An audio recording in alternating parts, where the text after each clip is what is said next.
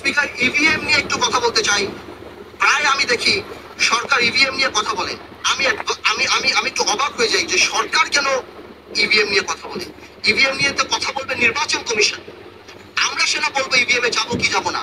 আর এত কি ইমার্জেন্সি হয়ে গিয়েছে যে ইভিএম এর মধ্যে আমাদের নির্বাচন করতে হবে। দেখা যাবে আমার ভোলায় নৌকায় ভোট দিছে, ভোলায় ধানের শীষে ভোট দিছে, গোপালগঞ্জে নৌকা মার্কায় ভোট উঠে গেছে। We are not ready for the system as on yet. Of course pilot বেসিসে দু একটা সেন্টারে করা যেতে পারে, বাট আমার মনে হয় যে এই সিস্টেমটার জন্য আমরা এখন রেডি না। আমরা একটা ফ্রি ফেয়ার নির্বাচন চাই, যেটাতে তত্ত্বাবধায়ক সরকার তো রেডি করা হয়েছিল ফ্রি অ্যান্ড ফেয়ার নির্বাচনের জন্য। আমি একটা কথা বলতে চাই, আমি প্রায় দেখেছি আওয়ামী লীগ তরফ থেকে এটা বলা হয় যে তত্ত্বাবধায়ক সরকার দিলে আবার নাকি আর্মি ক্ষমতায় আসতে পারে, অনেক কিছু হতে পারে। আমাদের এখানে তো অনেক মন্ত্রী এমপি দুর্নীতি করে, তার মানে কি এই দেশে মন্ত্রী এমপি থাকে না? কোন সিস্টেম যদি অ্যাবিউজ হয় তার মানে সিস্টেমের দোষ না। যে